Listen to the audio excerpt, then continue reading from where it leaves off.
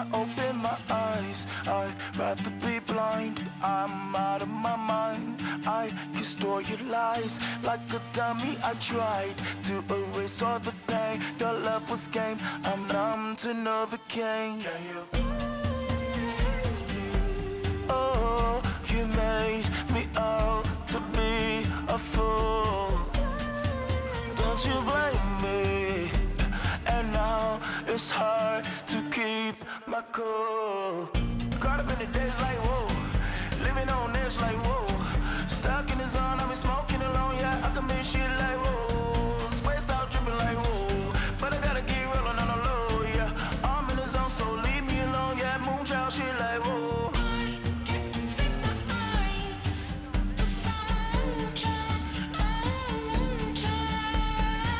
Not a wish, but a bitch with some candles. Hair everywhere, I wanna fuck on a mantle. I'm just a guy, but I'm too much. I do love is a fire where your heart's in shambles. Retrograde, you the queen of them. You know you really need to stop blaming him. All your friends, they cool, stop playing. I'm stuck on the moon, that's the state I'm in. Oh, you made me out to be a fool. Don't you blame me? And now it's hard to keep my cool. Caught up in the days like whoa, living on edge like whoa. Stuck in the zone, I've been smoking alone, yeah. I commit shit like whoa. Spaced out, dripping like whoa. But I gotta keep rolling on the low, yeah. I'm in the zone, so leave me alone, yeah. Moonchild shit like whoa.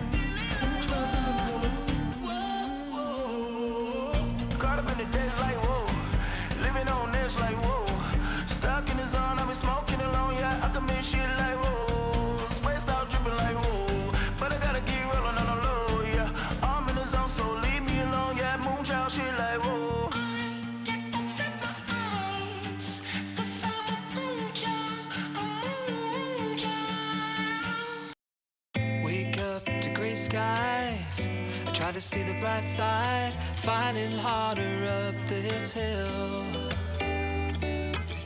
I try to wake up, try to unplug, but I gotta choose a pill.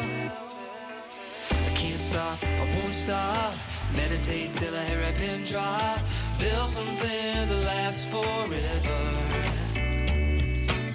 A wise man once told me it's impossible for anyone to own me with my amp up and Satoshis. And now I'm rising free. P to P, V for V. I start making sense, I mine Satoshis. Slave to the system and then I break free. When my fear of money becomes BTC. My money's orange now, used to be green. And Twitter is my ex now, got a new team. Purple is my new who, Pleb Chain is my new crew. Get my intel from my boy QW.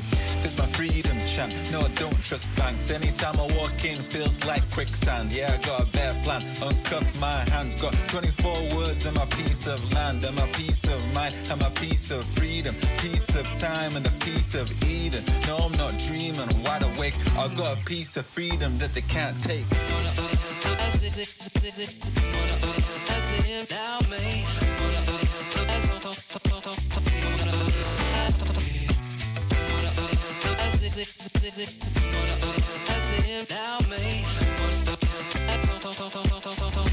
Now I'm rising free. Life is coming at me. If I blink, it's gonna pass me. Make the most of every day.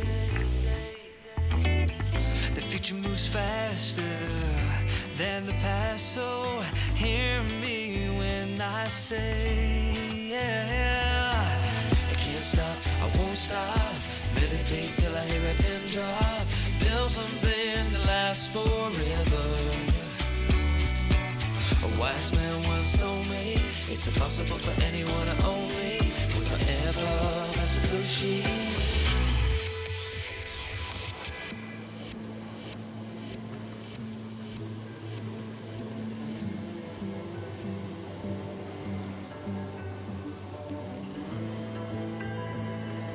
Rise. Rise.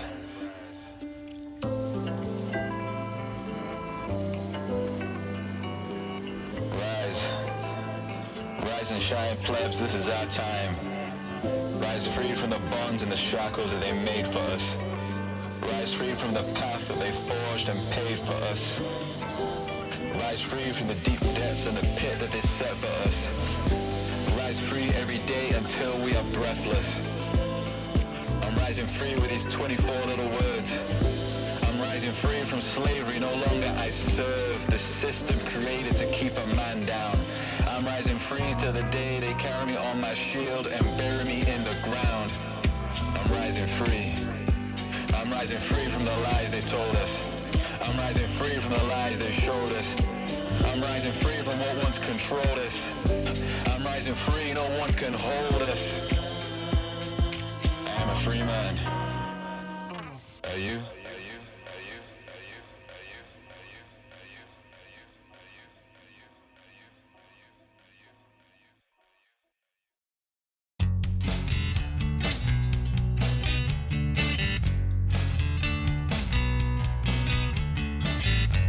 Today is a new day, but I know it will be the same.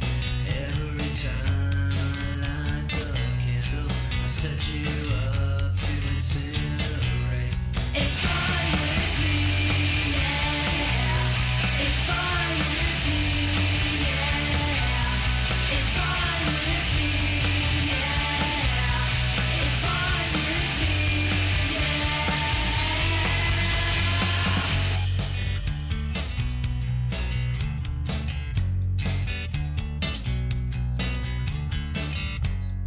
They're so charming, and I know how to play the game. All your friends can have their reason, and who am I to place the blame? It's fine with me, yeah. It's fine with me, yeah. It's fine with me, yeah. It's fine with me, yeah. And my new obsession is your rejection, and your new perfection is my connection. Sudden disposition, fantastic, put in this position, diabetic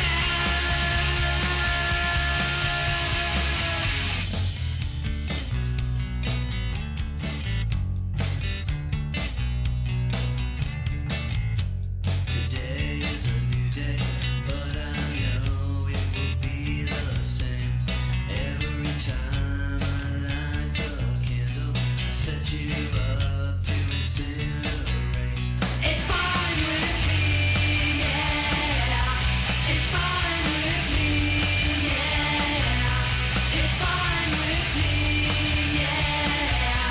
It's fine with me, yeah.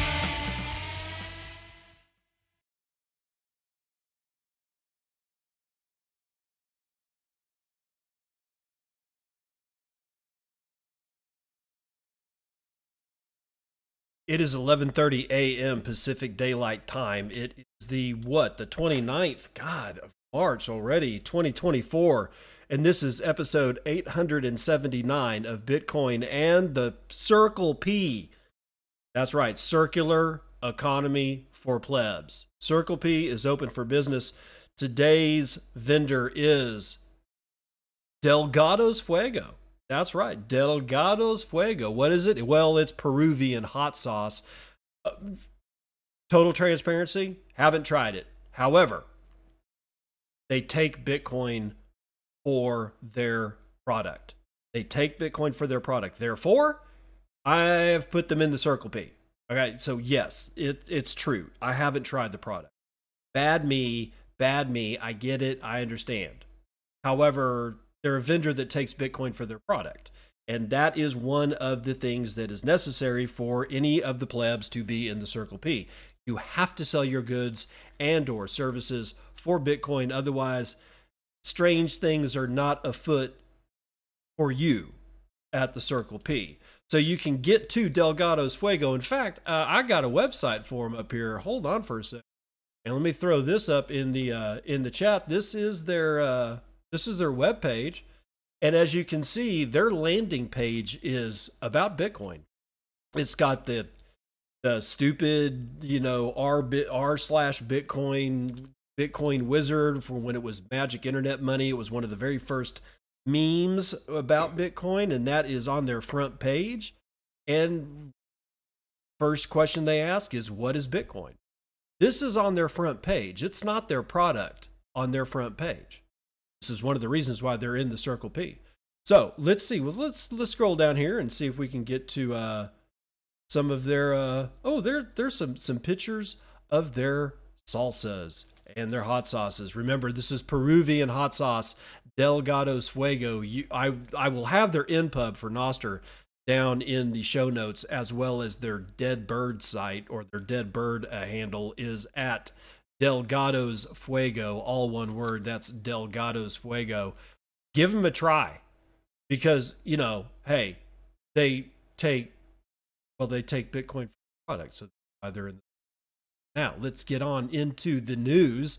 I'm going to start with this one. Everybody's favorite person in the space, Craig Wright. Apparently, Craig Wright actually had assets, like real tangible assets. I don't know, man. The jury for me is basically out on whether or not he's actually got assets. But according to Judge James Mellor, the guy that basically told the world that no, this guy's not Satoshi, the dude is just no, he's not Satoshi. He has apparently frozen his assets to prevent him evading court costs. Hey, Kid Warp, I see you there in the Zapstream chat. Thanks for being here, and thank you for the 420. Thank you for the 420 Satoshis. I appreciate it. Let's get into this one out of CoinDesk. A UK judge imposed a worldwide freezing order on 6 million British pounds, or $7.6 million, worth of Craig Wright's assets to prevent him moving them offshore and evading costs arising from a court case that found that he was not indeed, as he claimed to be, the inventor of Bitcoin, Satoshi Nakamoto. In a March 14th decision, Judge James Mellor, who heard the case brought by COPA, the Crypto Open Patent Alliance, also found that Wright didn't author the Bitcoin white paper, nor the initial versions of the Bitcoin software.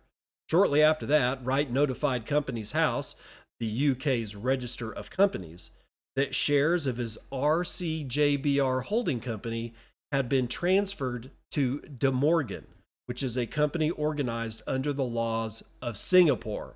So he started immediately shuttling around what he owned.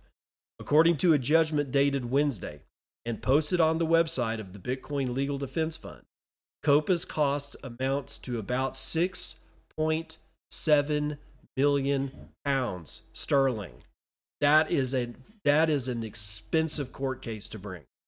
6.7 million pounds just to put this dude in a chair in front of a judge to find out once and for all what the hell was going on with the guy. And they did. He's not Satoshi. Quote, understandably, that gave rise to serious concerns on COPA's part that Dr. Wright was implementing measures to seek to evade the costs of consequences due to the loss at trial, Mellor wrote in the judgment, referring to the share transfer. Quote, Dr. Wright has a history of default in relation to orders for the payment of money, Mellor wrote before detailing some examples. Quote, COPA has a very powerful claim to be awarded a very substantial sum in costs. I consider there is a very real risk of dissipation. And dissipation in this particular case just means that he's dissipating his assets from one form to another so that nobody can get their hands on them. But again, I have to reiterate that I am very shocked that this man had the amount of capital that is being frozen here. $6.7 million worth of cash that's a lot of assets. I don't know, man. There's something about this that smells funky. I just don't believe Greg Wright has that much money. I was actually very surprised that he's got any money left at all, but apparently he does have some assets. What if only that there was a way, that we had some kind of vehicle that you could, store your wealth and items of value in, that would be able to be non-confiscatable and transferable across all manner of country borders. Wonder what that would look like. Oh yeah, we've already got that. And he claimed to be the inventor of it and has not actually used it in any way, shape, form, or fashion to secure this particular side of his wealth, which I'm still surprised that he has, against seizure and or freezing assets. Kind of makes you wonder, huh? This dude, I swear this dude is just, and I guarantee it, this is not the last you've heard of this guy. It's not. Everybody thinks it is. Or not everybody. There's probably a few people thinking along the lines that I'm thinking, but for the most part, I think the majority of people in the space actually believe that this is done. I don't think he's finished. I don't know why I say that, but there's something about his personality and the fact that he still has apparently a considerable amount of assets left that may actually be in Bitcoin. Who knows? But I just don't think he's done. I think we're going to hear more from this guy somewhere else. Maybe not in court cases, magazine articles. He's probably going to write a book. He's probably going to be claiming the same shit over and over and over again. And even if he cannot do it through the court system of the world, he's going to do whatever he can to make the lives of everybody at Bitcoin miserable. He's just not done. I just think that we should not think that he's okay. So we're done with that for now. Now we got to go over to video games. All right. So anybody ever play Call of Duty? I used to play that shit all the time. I played the very first iteration for hours at a time. Very first iteration. It was back when it was Call of Duty first came out. It was about World War II. Started out the game by landing on the beaches of France during D-Day, and it was an awesome game. It was an awesome game, and their head-to-head combat mode and their group combat mode was awesome. It was really vibrant. I loved playing that game. It's gotten to the point now where they're glamorizing, torture of people, which I don't like, but whatever.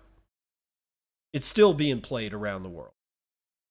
And in this particular case, brought to us by Jason Nelson out of Decrypt.co, we've got this one. Call of Duty players have their Bitcoin swiped thanks to malware, but it's not what you think.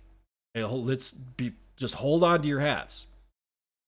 Call of Duty players seeking out third-party cheating software to manipulate the popular first-person shooter game were among the victims of a targeted phishing attack, cybersecurity VX Underground said on Wednesday. The attack also targeted players seeking pay-to-cheat software for use on Activision's Blizzard's Battle.net, the PC platform for games like World of Warcraft, Overwatch, and Diablo. The cheat software installed crypto drainer malware onto the user's computer and could be used to gain access to information to swipe coins from their Bitcoin wallets. Quote, over the past couple of days, we have become aware of malware targeting gamers, VX Underground said on Twitter. More specifically, a currently unidentified threat actor is utilizing an information stealer to target individuals who cheat with pay-to-cheat types of applications in video games, end quote. According to VX Underground, the crypto-draining malware potentially impacted more than 4.9 million accounts in total, including nearly 3.7 million Battle.net accounts over 560,000 Activision accounts, and about 117,000 elite PvPers accounts. Crypto wallet drainers refer to malware that, once installed, targets a user's hot wallet, either installed as an application on their computer or browser extension. In January, cybersecurity firm Kaspersky warned Mac users of an exploit targeting Bitcoin and Exodus wallets. VX Underground said that the drainer in this case targeted Electrum Bitcoin wallets specifically, but acknowledged that the exact amount stolen is unknown. Quote, "The scope of the impact is so large, and in a bizarre twist of fate, Activision Blizzard is coordinating with the cheat providers to aid users impacted by the massive information stealer campaign," they said. Also included in the malware attack were cheat provider Unknown Cheats and Phantom Overlay, which had 572,000 and 1,365 compromised accounts, respectively. As VX Underground explained, Phantom Overlay was alerted to the attack by users who reported unauthorized purchases. Quote, "When Elite PvPers was approached by Phantom Overlay administrative staff about the compromised accounts, Elite PvPers confirmed they have identified 40,000 valid user accounts that have been compromised," VX Underground said. A spokesperson for Activision Blizzard emphasized that the attack was not just related to their games and platforms and is not directly related to their own servers. Quote, "There have been claims that some players' credentials across the broader industry could have been compromised from malware from downloading or using unauthorized software." Well, honestly, that's always been the case, but whatever. Activision Blizzard servers remain secure and uncompromised. "Our priority is always player account security. If players believe that they have clicked on a suspicious link, get in touch with us and we'll help you out," basically is what. At the time of writing, VX Underground still does not know how the attackers delivered the malware, but traditionally, malware comes through malicious websites, phishing emails, or messages that install programs on the victim's computer after being clicked. Other forms of malware, for example, cloned websites, drained wallets after the victim signs a transaction in their own browser wallets, unwittingly giving the hackers access to their funds and NFTs, like I give it. Well, about the NFT. On Tuesday, the founder of Bitcoin Ordinals project, Ordinal Rugs, said they were the victim of a wallet drainer phishing attack targeting the Bitcoin Rock Discord server, where thieves stole 1.47 BTC, around $103,000, and 4 BTC, which is around $208,000 worth of ordinal inscriptions from the wallet of pseudonymous founder Archon. Quote, "No funds or accounts or logins related to the Ordinal Rugs site were affected. This was just my own personal wallet, and I only have myself to blame here. Needless to say, I will not allow this to happen again." Okay. One of the things that caught my attention is that they talked about Macs, Macintosh computers. And I wonder if this has something to do with the M1 and M2 chip security issues that I brought to you on Wednesday, right? If you were here on Wednesday, you listening to me talk about that. So I wonder about that because if it's true that this was an outbound attack, or rather an inbound attack to computers that have the M1, M2 chip, then that would verify that inbound people can attach to the problem with these two chips from Apple and indeed get people's, basically break cryptography. Now, I won't get into it because I did that on Wednesday. In either event, that is one of the issues. The other issue is the scope of this attack. This is huge. I mean, there's a lot of freaking people. Where were the numbers? Let's get to it. The numbers: 4.9 million accounts in total across at least 3, if not 4, different websites. And when I mean website, I mean like battle.net, their set of servers for Activision, right? Or, no, I mean not Activision, for Blizzard. And then Activision has their own set of servers. So I don't really mean website. I mean their whatever it is that you connect to playing these games online. And 4.9 million people or accounts is nothing to sneeze at. This is one of probably, even though the amount of money isn't the kind of money that we've seen in other attacks, the amount of users, I think that this is one of the largest attacks ever. Now, this gets real important real fast when we consider that games, in video games, are moving towards this model where you're able to use other currencies instead of their own in-game currency. That's going to progress, and it's not going to stop. More and more gaming companies are just going to fold. They're going to go, screw it. Our token is worthless compared to what people actually want. We'll just take a cut of that through transaction fees, and more and more and more game companies are going to start doing this, which increases what? The surface area of the attack. So 4.9 million could turn into 10.5 million, turn into 20 million real quick, unless they put a lid on this shit. So this is a very dangerous situation to be a part of. How do you protect yourself against it? With your Bitcoin. Cold storage on a device that you do not use to connect to the computer that you're gaming with. Use a different device. Like I use a cold card wallet. That's a device, but I never connect that cold card wallet to my computer. I connect it directly to my node, my Bitcoin full node, and then I actually use the feature that allows me to sign a different spot and put the signature. I create the transaction on my computer that I do use for gaming whenever it is that I get time to game. I take the SIM card that transaction is on, and then I shove it into my cold card, and then I sign that transaction offline. Then I take the SIM card back out of my signing device, my cold card wallet. I put it back over into the wallet software that I'm using on my computer gaming. Now I have a signed transaction that's ready for broadcast. Nowhere did my keys touch the actual internet. That's what's really important. So please, please, please, if you're ever wondering why the hell you would actually want to go through all this rigmarole of doing stuff like, getting a hardware wallet and doing cold storage and doing all that stuff, it's because of shit like this, because this shit is not going to stop. In fact, it's going to get a lot worse. But it got a lot worse for Sam Bankman-Fried. It certainly did. I'm actually surprised that he got as much time as he did. What am I talking about? SBF trial. He got sentenced to 25 years.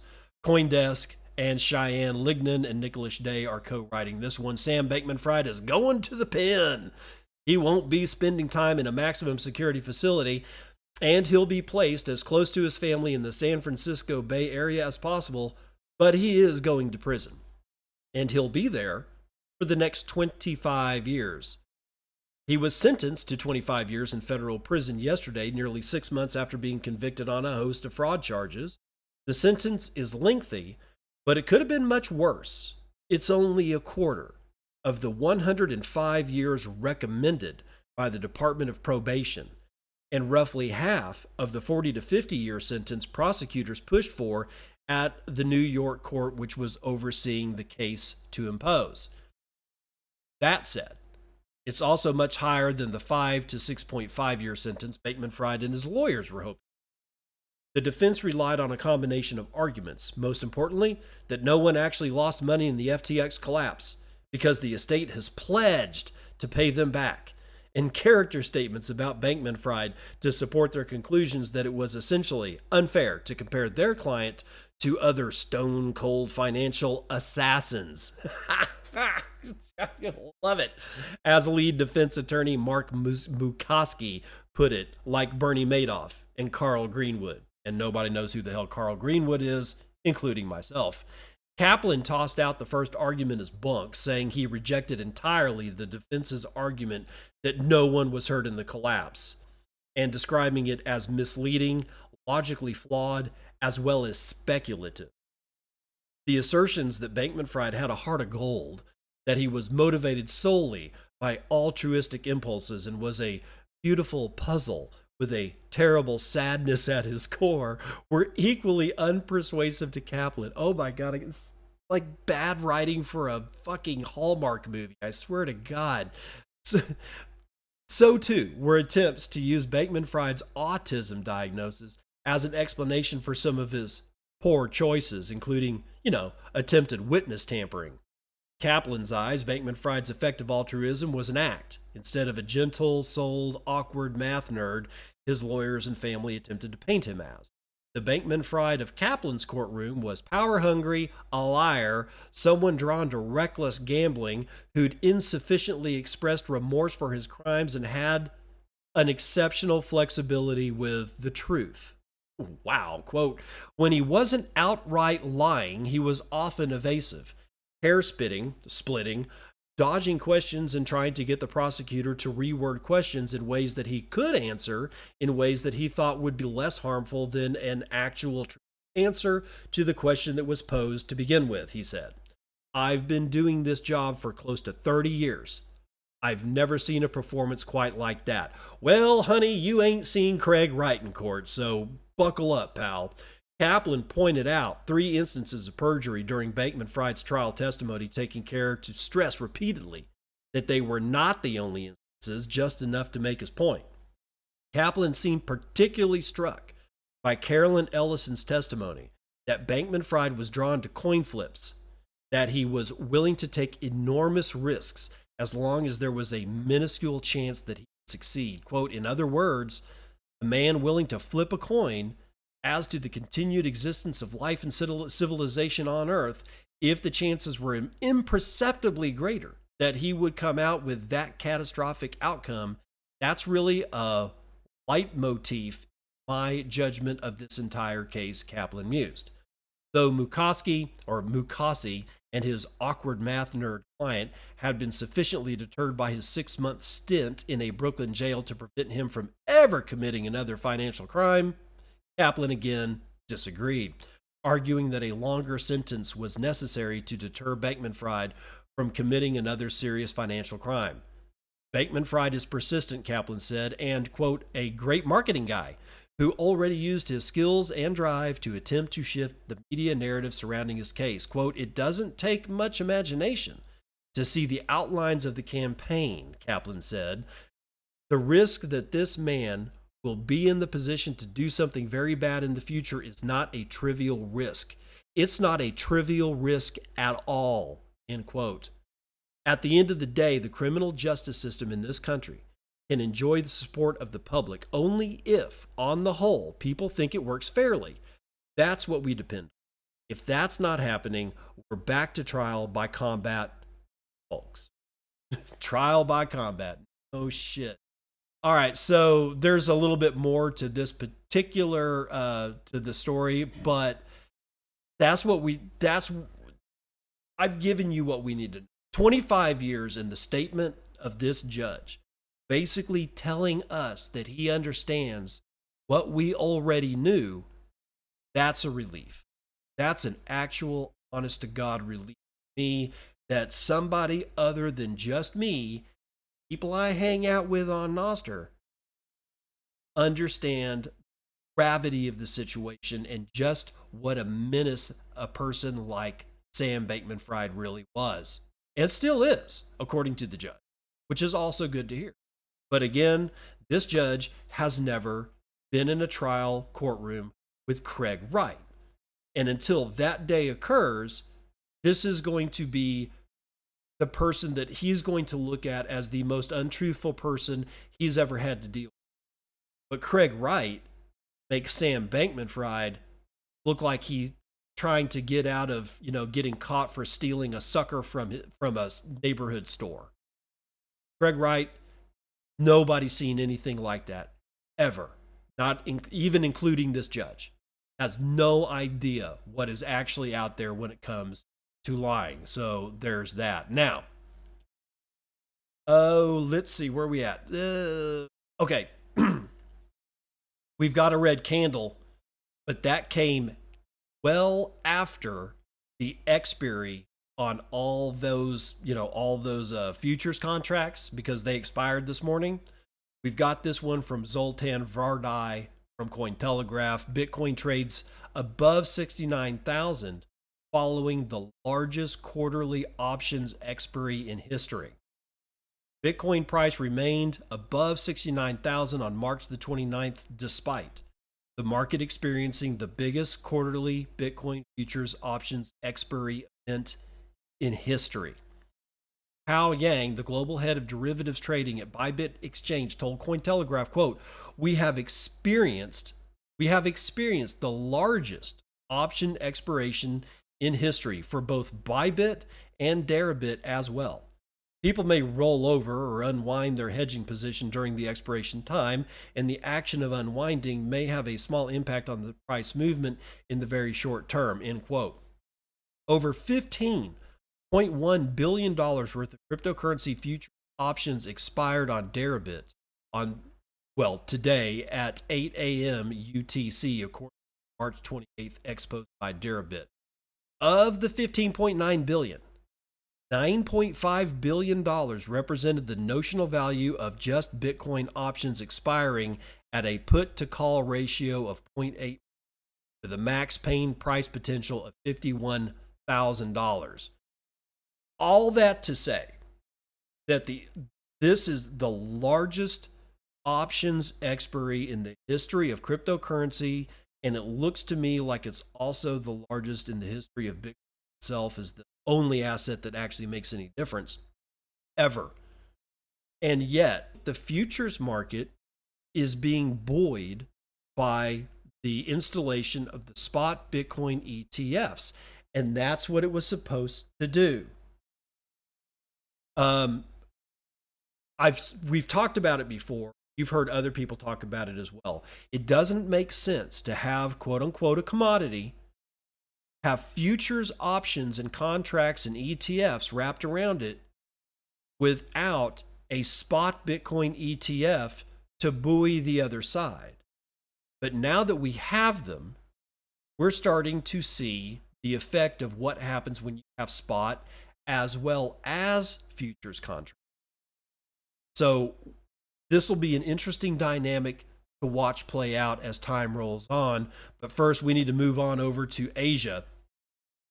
Bitcoin Magazine, Yiwei Wang has this one: Asia's MicroStrategy, Met Alpha on hedging for sustainable investing.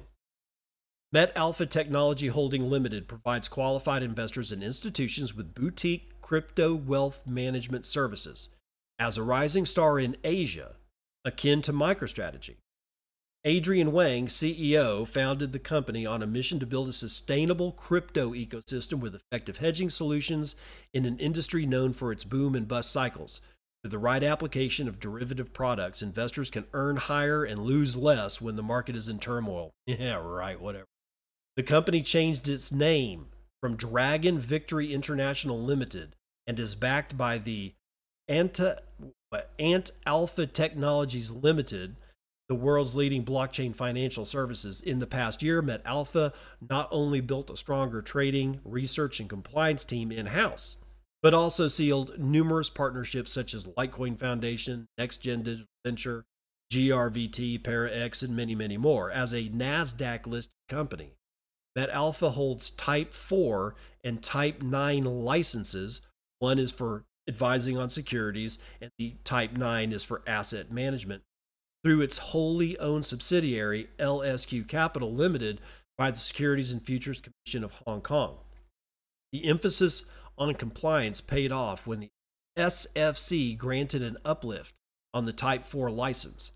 Met Alpha and LSQ Capital have been actively working with SFC on the Type 4 license uplift. With the uplifted Type 4 license, in addition to offering securities advising services, LSQ Capital is now able to issue analysis and reports on virtual assets to qualified investors. So why is this even important? Well, let's look at the differentials between MetAlpha versus MicroStrategy. While MetAlpha shares many similarities with MicroStrategy, key differences remain in the business model, the service locations, and the products. MetAlpha's revenue is highly growth focused in a bull market as Bitcoin price increases, resulting in balance sheet expansion and trading revenue increases. In a bull market, a more active user base generally results in a higher subscription rate. Therefore, the company's revenue and scale experience high growth in a bull market. While MicroStrategy is headquartered in the US, MetAlpha is based in Hong Kong. Recent Web3 policies promoted by the Hong Kong regulators have proven effective and forward-looking. It is reasonable to anticipate the digital assets industry will also bloom in 2024 as Hong Kong fully embraces Bitcoin ETFs and other milestone innovations. But on a product level, MetAlpha offers bespoke hedging solutions and derivative products to qualified investors and institutions. Compared to MicroStrategy, MetAlpha's business model is expansive, covering not only Bitcoin and Ethereum, but also other mainstream cryptos in the West. The company offers a fully customized investing and trading experience to its customers. So, why I'm bringing this to you is to let you know that what's going on in Asia is starting to really explode.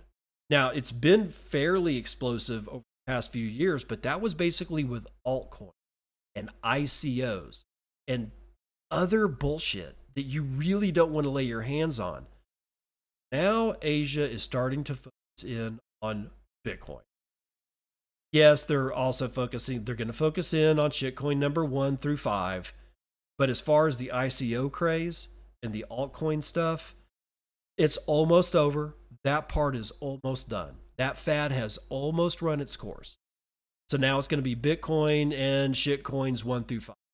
Going to include Dogecoin. I'm sorry for you. I don't like it myself, but it is what it is. So we might as well be prepared. But Asia is a massive market. And if they start, and they're already at one point or another, I think it's South Korea is about to get their own spot Bitcoin ETF. If it's not South Korea, then it's Hong Kong. That's going to open up floodgates on the other side of the planet. So we got MicroStrategy, we got players like MetAlpha that are starting to crop up in Asia and starting to get big, by the way. These are not small potatoes. And of course, you've got BlackRock and the other 10 spot Bitcoin ETFs in the United States. I'm nothing but bullshit at this. Absolutely nothing but bullshit. And from those numbers, we will run other numbers.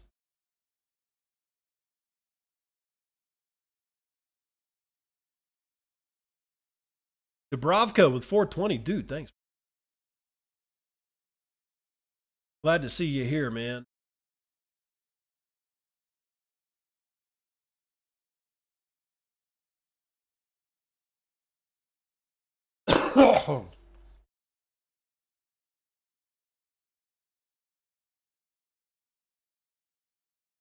$69,420 at halving on 4/20/24.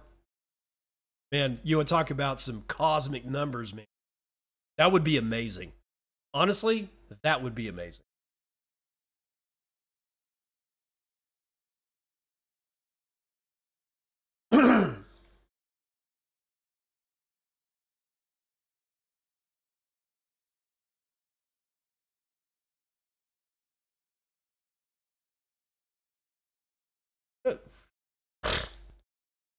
Wow. You'll understand here in a second. Okay, futures and commodities. Oil, West Texas Intermediate is up over 2 points to $83.11. That's going to put some serious inflation pressure in play. Brent North Sea is likewise up almost 2 points to $87 a barrel.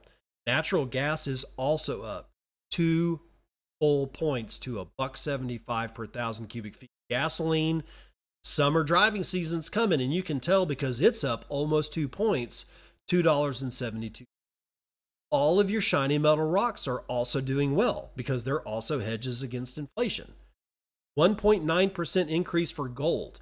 And gold is looking square in the face of $2,254. Silver is up 1.5%, platinum is up 1.5%, copper is up 1/4. Palladium is up 3.23%. We will forgo agriculture, and I will get into livestock. Live cattle is up over a point. Lean hogs are up 0.73%. Feeder cattle are up 1/4. Legacy markets are reacting to the fact, I believe, that oil prices are continuing to rise, which are signaling inflation. We're seeing some depression on prices in the Dow, but it's down only scant. However, it's still sitting at 40,140, which is basically an all-time. Essentially, it's an all-time. S&P is down also scant. NASDAQ is down 1/4 point. S&P Mini is the only thing in the green, 0.34% to the upside. Bonds are relatively mixed. Most yields have increased except for the 20 and 30-year bonds. 30-year bond is yielding 4.34% and the 20-year 4.45%. Clark Moody's dashboard, 69,440. We're 20 away from 420. $1.37 trillion of market cap. There's 19,667,492.99 Bitcoin circulation. Over the last 2016 blocks, the hash rate is averaging 594.8 exahashes per second. Average fees per block are 0.23 BTC. The halving estimate is still for 4/20/24. As Kid Warp reminds us, it would be fascinating if the price of Bitcoin was 69,420 on 4/20/2024. That's a hell of a palindrome, man. It's a hell of a palindrome. Block space that is being devoted to ordinals stands at 1.6%. So maybe the wind have sucked out of the sails of all the sailing the cheesy ass crap. 179 blocks carrying 119,000 unconfirmed transactions waiting to clear. High priority rates of 26 Satoshi byte. You get in at low priority for 17, and anything under 4 is going to be purged from around the world. From Hedgehogs and Machankura, episode 878, we've got Arcerus BTC boosted me 2,718 sats, said he streamed 720 sats and boosting for your testing. Hope it's all working. Show notes all working now too. Finally, after 5 years. I still don't understand what the hell was going on with SoundCloud, but it is what it is. James 420 with 420 says, David, you fucking legend. The having on 420, 2 holidays in one. 420, bro. Thank you, sir. No, thank you. God's death with 337. Thank you, sir. No, thank you. PGS with 100 sats says, the show notes are looking gorgeous for the first time. Sorry for the all caps coming right from Noster to boost on Fountain. Dude, I appreciate it. Pies with 100 finishes us out with thank you, sir. No, thank you. And that's the weather report.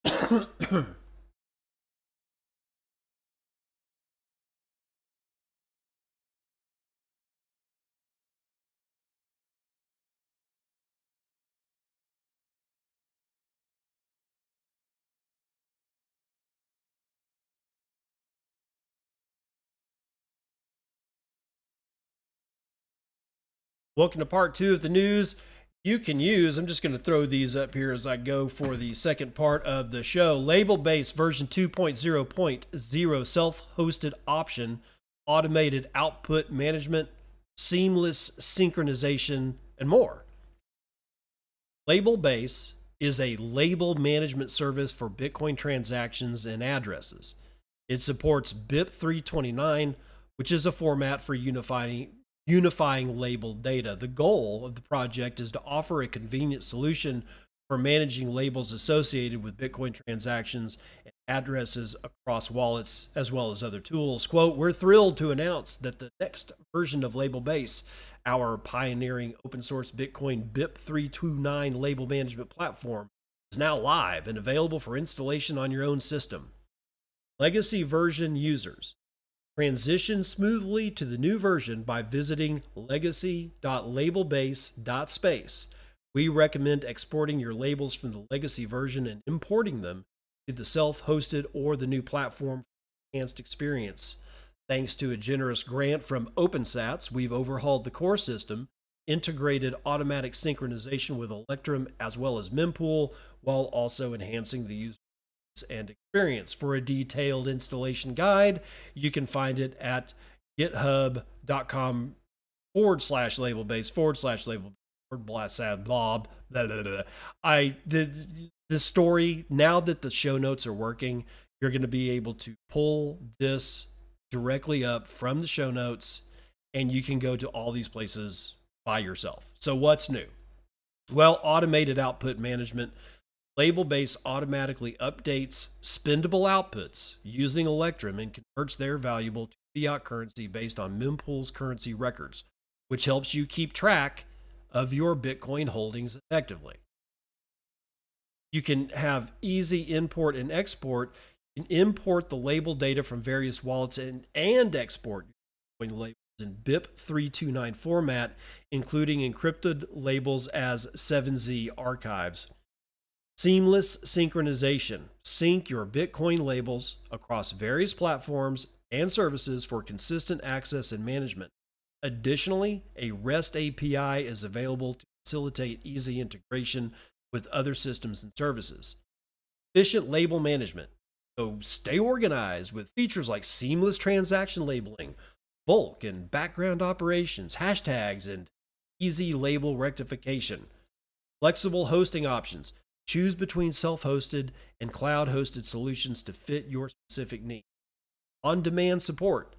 You can benefit from our integrated on-demand opt-in support chat, ensuring your privacy and providing assistance when needed. Yeah, when you're using their chat, you might want to be very, very careful of what information you put into that chat. I don't know these guys, but they are being funded by OpenStack. The reason that that's important for a trust model is that there's 9 people at least that I know of that sit on the board of OpenSats as to who they're going to fund. And most of them I've known about for quite some time. I do trust them. There's always going to be a trust model in the human experience. You can't get away from it. It's going to be impossible. But be that as it may, why is this important? Why label your transactions? It's going to be important. It's important today, but it's going to continuously increase in importance. You're going to need to know where the Satoshis came from. And you're going to use that to figure out when it's time to send Satoshis to buy something or transfer somewhere. You want to keep track of where these things came from and where these things are going. And you want that history. And what this is doing, what Bitcoin is forcing us to do, is but various different piles of money. When did you buy it? When did you sell it? At what point is the government going to, ask you for capital gains tax? And without that labeling information, it becomes very, very difficult to figure out when you bought it, when you sold it, transferred it, how old it is, how young it is. Labeling helps. Now, I use Spectre. That is one of the wallets that I use when I'm constructing transactions. I use Spectre. Why? Because they allow you to label your transactions. I have never heard of this before. Okay, this what is it? This LabelBase? Yeah, LabelBase. Haven't heard of it before, but it seems very interesting. And it's definitely something I'm going to look into because that may be helpful in the future. So if you have ever wondered how the hell you're going to keep track of all this shit, you're going to do it through labels, whether it's with these guys or somebody else. Now, Unchained has launched their iOS app. It's a Bitcoin native financial service company offering collaborative custody, multi-signature wallets, trading, inheritance, individual retirement accounts, and loans for Bitcoin holders. So now they've built this thing that they've had on as a website for years and years. Unchained Capital's out there in Austin. I think that they run out of the Bitcoin Commons area. I've known about these guys for years, and I do trust them. Now, I haven't used any of their services because I haven't needed to. But I mean, this is Parker Lewis's outfit way back. Now, Parker Lewis has left and he's gone to do something else, but Parker Lewis is one of the people in the space that I do respect the most. He has never shitcoined as far as I can tell. He has never done anything that has taken money out of the mouths of anybody else. Therefore, I do have a tendency to trust this guy. So if you're an Unchained, Capital or an Unchained user, they changed their name from Unchained Capital back to Unchained sometime last year, I think. If you're a user, now you can use it on your smartphone. So now BDK version 1.0.0 Alpha 8 has been released. That's the Bitcoin development kit. If you're developing for Bitcoin, this is for you. The BDK libraries aim to provide well-engineered and reviewed components for Bitcoin applications. The Bitcoin Dev Kit developers are in the process of releasing version 1.0, which is a fundamental rewrite of how the entire library works. The incremental bi-weekly release migrates the API to use the Rust Bitcoin fee rate type. It fixes partially signed Bitcoin transaction finalization to remove extra taproot fields, and fixes blockchain scanning, stopgap definitions, and documentation. They fixed removing the extra taproot fields when finalizing the partially signed Bitcoin transaction, aka PSBT, and defined and documented stopgap. They've migrated to Bitcoin, the fee rate, and let's see what else.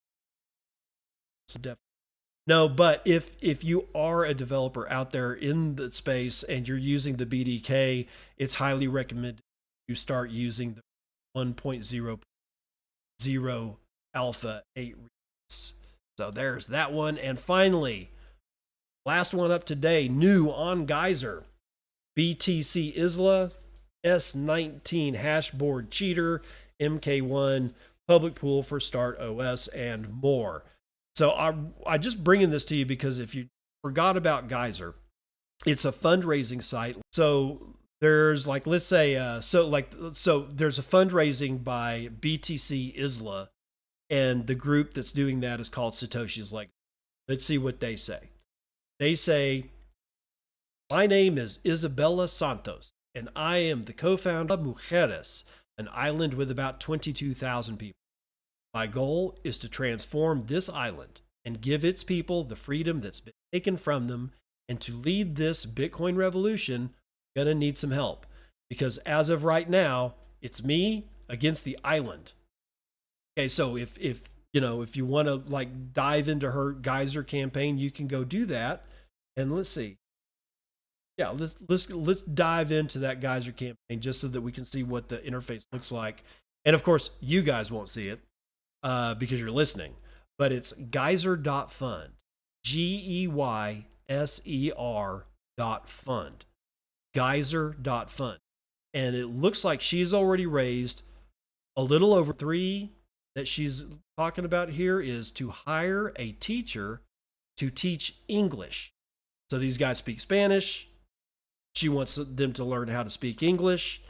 I myself think that it's important for us, those of us that are in the Western Hemisphere, I think it's important to learn how to speak Spanish. I really do. And it's not just because a whole bunch of people are coming up into the United States from Central and South America. However you want to think about that, you think about it however you want. I cast no dispersions, right? I not on how you think about it anyway. I've got my own thoughts, not for public consumption, not at this time. I think it's important to learn Spanish so that as Bitcoiners, we can spend more time conversing with the people that really, truly need Bitcoin technology in their lives. I really do think that we should be going down to be able to go down to Costa Rica and El Salvador and be able to at least have functional knowledge of how to hold small conversations with people in their native tongue. It's better than forcing them to learn English, because honestly, English is kind of a jacked up language. And when you actually look at how it's constructed, it's a very confusing language. It's probably easier for us to learn Spanish.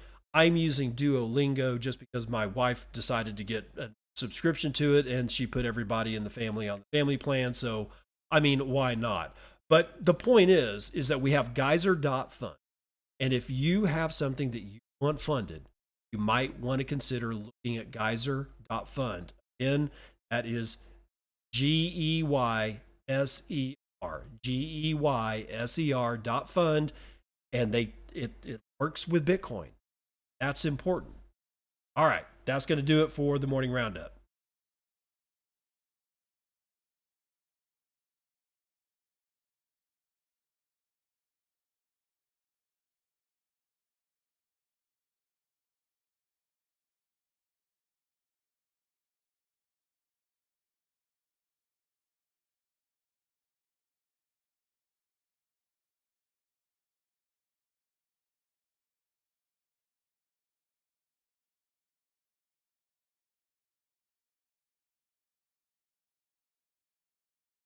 Dad says jokes. Yesterday, I went to a DIY place to get manure for my garden, but they were out of stock. I wasn't taking shit from anyone that day. That joke. Okay, so I think the first part of the show demonstrates that it's possible. That justice might have prevailed. Maybe in this case. My problem here, and what I'm talking about, just to reiterate, is that Greg Wright got $6.7 million worth of his assets, which I didn't know that he had any left, seized, or at least frozen by the court, by Judge Miller, so that he wouldn't be able to not pay his debts, which he has a tendency to do. He does not pay the court cost. He does not, when he gets ruled against, which is almost every single time, he doesn't pay what he owes. So Judge Miller froze $6.7 million of his accounts so that Copa can recoup their, very, very, very, my God, I had no idea they spent that much money on that. But millions of dollars. And Copa needs to be refunded so that they can continue the good fight. Right? And then we have the little kid, basically the little liar, the guy that's destroyed more lives than you can count, because yes, he did destroy lives. Nobody that got hosed out of FTX is getting anywhere close to the amount of their money back. The big players will, but if you were one of the smaller guys, you're hosed for life. There is no payback, no matter what the little shit says. He gets 25 years.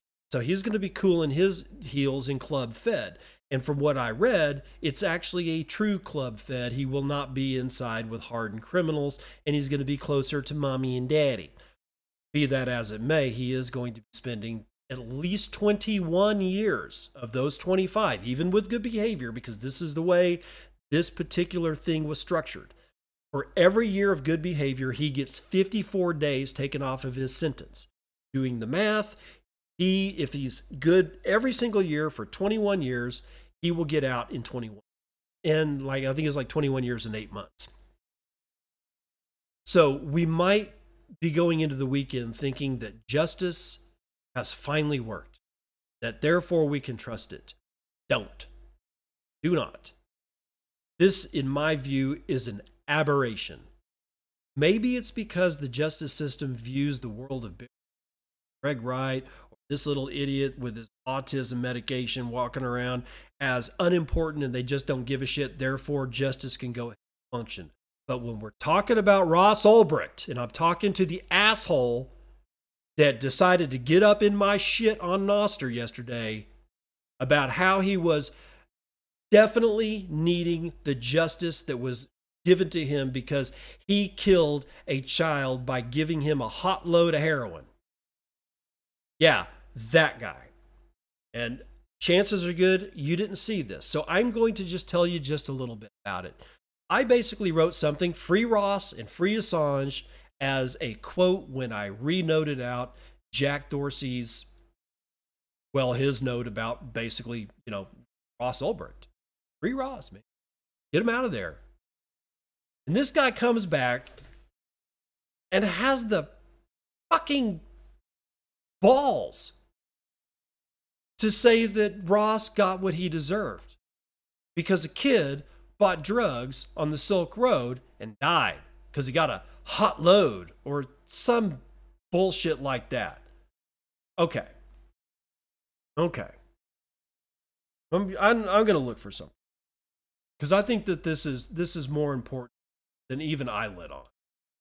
Let me see if I can find it. All right, I'm going to go over here. My Primal today. If I can't find this. Yeah, here we go. So this is what I wrote yesterday in response, not to the guy himself, but just in general, like it was its own note. I wasn't replying. I wasn't quote noting him. I just basically saying this all by itself. If you think that it's Ross Ulbricht's fault, that you're really doing, what you're really doing is denying that it's your fault for everything. It's called chained liability. And it's simply a way to fill out prisons and get fines. And it's bullshit. You buy drugs and die, there are only two people to blame. You and the guy who sold them to you. It is not the drug dealer's landlord's fault that you died because he was renting an apartment to the dealer that allowed the dealer to deal the drugs out of the apartment. It's not the construction company's fault for building the apartments that you died doing the drugs bought from the renter of one of the apartments. It is not the developer's fault for putting together the deal and hiring the construction. So on, so on, so on, and so on, ad infinitum. No one is coming to save you, so stop being a fucking pussy. That's the note. And that was written just completely in response to these people that continuously think that Ross Ulbricht actually deserves what he got. And I am never going to understand the inner workings of the people that actually fucking think this. It's infuriating beyond all measure of the word.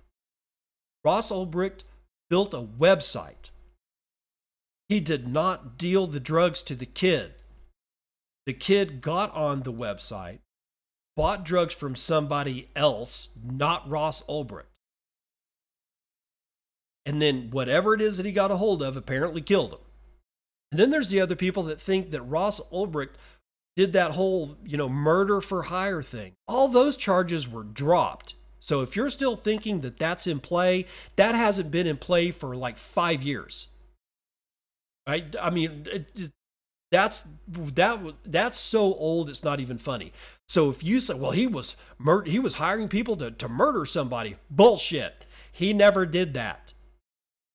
That was a lie said by federal investigators to get this guy into even more trouble than he already was. They gave him 2 life sentences plus 40 years. What more do you fucking want? It's not his fault. Because if it was his fault, then everything is your fault. Because it's called chained liability. If I can prove that there's a connection to you,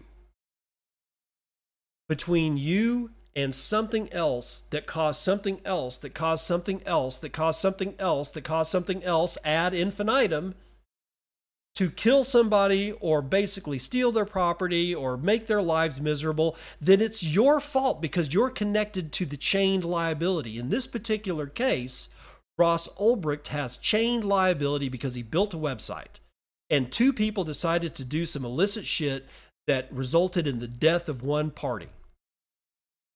Because the thought is in chain liability that because Ross Ulbricht facilitated this transaction between these two individuals that he has the liability. And that's not true.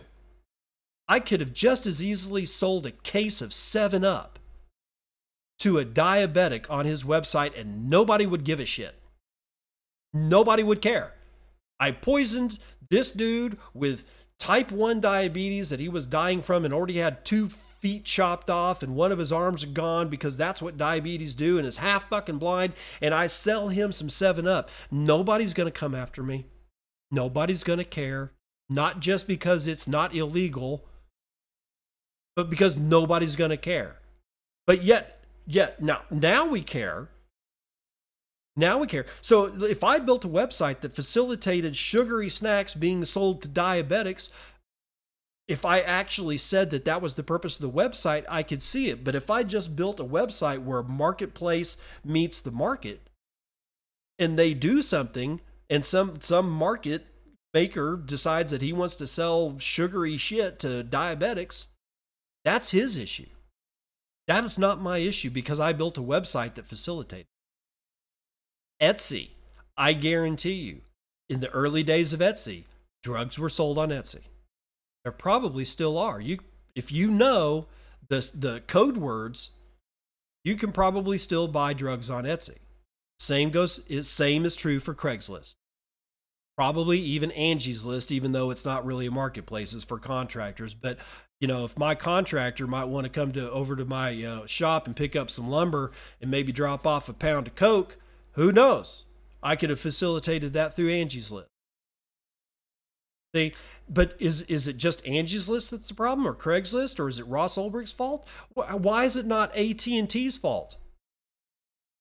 Why do I say AT&T? Well, they provided the phone lines that the information from Ross Ulbricht's website, Silk Road, was traveling over. How come AT&T's not at fault?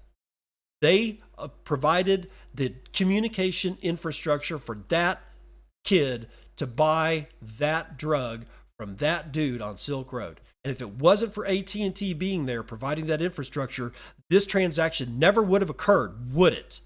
Now, but where does AT&T, what's being transferred?